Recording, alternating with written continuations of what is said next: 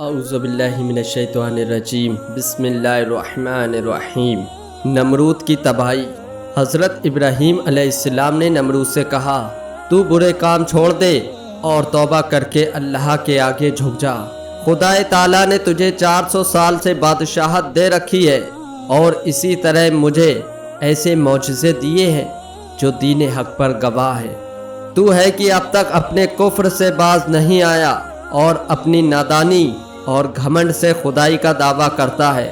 تو یہ جان لے کہ اللہ کا لشکر اتنا زیادہ ہے تو اندازہ بھی نہیں لگا سکتا، اور تجھے تو برباد کرنے کے لیے ایک چھوٹا لشکر ہی کافی ہے۔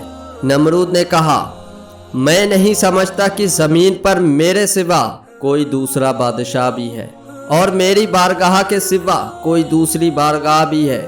اگر آسمانی بادشاہ کی فوج ہے تو اس سے کہو کہ وہ مجھ پر بھیجے اور پھر میری لڑائی اور طاقت کا تماشا دیکھے۔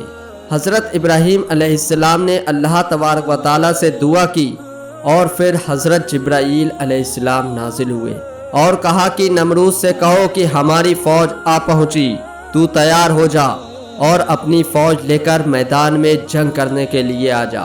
3 دن کی مہلت میں نمرود کی فوج بلا لی گئی۔ ایک میدان میں سب جمع ہوئے۔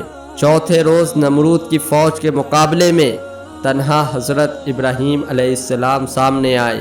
حضرت ابراہیم علیہ السلام کو اکیلا دیکھ کر لوگوں نے کہا، اے ابراہیم، آسمانی فوج کہاں ہے؟ اب تجھ پر آفت آنے میں کچھ بھی دیر نہیں۔ ابھی یہ بات چیت ہو ہی رہی تھی کہ اچانک مچھروں کی فوج ظاہر ہوئی، جس کی وجہ سے سورج کی روشنی چھپ سی گئی۔ نمرود گھبرا گیا اور نمرود کی فوج پر حیرت طاری ہو گئی۔ نمرود نے یہ حکم دیا، نکار بجا کر مچھروں کو بھگا دے۔ نمرود کی فوج نے نکار بجانا شروع کر دیا، لیکن مچھر کی فوج جسے اللہ تبارک و تعالیٰ نے بھیجا تھا، نکار کی آواز سے ٹس سے مس نہ ہوئی۔ لیکن جب مچھروں کی آواز نمرود کی فوج کے کانوں میں آئی تو لوگوں کے ہوش گم ہو گئے اور تمام فوج گھبرا گئی۔ ایک گونج تھی، ایک شور تھا جو ان کی اور بڑا آ رہا تھا۔ چھوٹا یا بڑا سب ایک حیرت الہی سے ڈر گئے۔ ایک ایک آدمی پر لاکھوں مچھر لپٹ پڑے۔ مچھر کیا تھے؟ ایک کالی بلا تھی جو سر سے پاؤں تک لپٹ رہی تھی، لوگوں کے بدن پر گوشت اور خون تک نہیں چھوڑ رہی تھی۔ ہزاروں آدمی اور جانور تباہ ہوئے۔ نمرود اپنے محل میں بھاگ کر عورتوں میں جا چھپا۔ اتنے میں ایک لنگڑا مچھر آیا جسے نمرود نے اپنی عورتوں کو بھی دکھایا، مگر مچھر تیزی سے ناک کی راہ سے نمرود کے دماغ تک جا پہنچا اور اپنی سونڈ کو اس کے بھیجے میں چبھا دیا۔ اب نمرود کا سونا اور آرام کرنا سب ختم ہو گیا۔ نمرود دن رات اپنا سر پیٹتا رہتا۔ جب تک لوگ اس کے سر کو کوٹتے تو نمرود کو کچھ درد میں کمی محسوس ہوتی اور بغیر کٹے چین نہ ملتا۔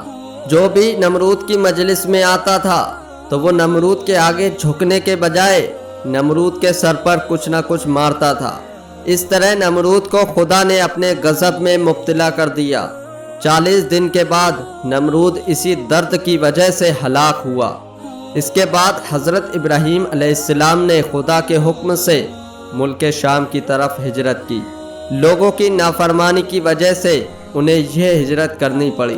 مصر میں انہوں نے حضرت سارہ کو اپنے ساتھ لیا اور لوگوں نے مصر کے حاکم کو خبر دی کہ حضرت سارہ بہت حسین اور جمیل ہیں اور اپنے حسن میں بے مثال ہیں۔ مصر کے بادشاہ نے حضرت ابراہیم علیہ السلام سے پوچھا، میں اس عورت کو حاصل کرنا چاہتا ہوں، تیرا اس عورت سے کیا رشتہ ہے؟ حضرت ابراہیم علیہ السلام نے سوچا، اگر میں کہتا ہوں یہ میری بیوی ہے تو وہ مجھے مارنا چاہے گا، اس لیے حضرت ابراہیم علیہ السلام نے فرمایا، یہ میری بہن ہے دین کے رشتے سے۔ اس طرح اس کی جان بچی۔ جب اس مردود نے حضرت سارہ کو اپنے سامنے بلایا تو انہیں دیکھتے ہی اس کے ہوش گم ہو گئے۔ اس بے ادب نے ان کی طرف ہاتھ بڑھانا چاہا، تبھی حضرت سارہ کی دعا سے اس کے دونوں ہاتھ شل ہو گئے اور درد کی وجہ سے اس کا سارا جسم بے جان ہو گیا۔ اس بادشاہ نے کہا، اے عورت، مجھ پر یہ کیا جادو کر دیا؟ حضرت سارہ نے فرمایا،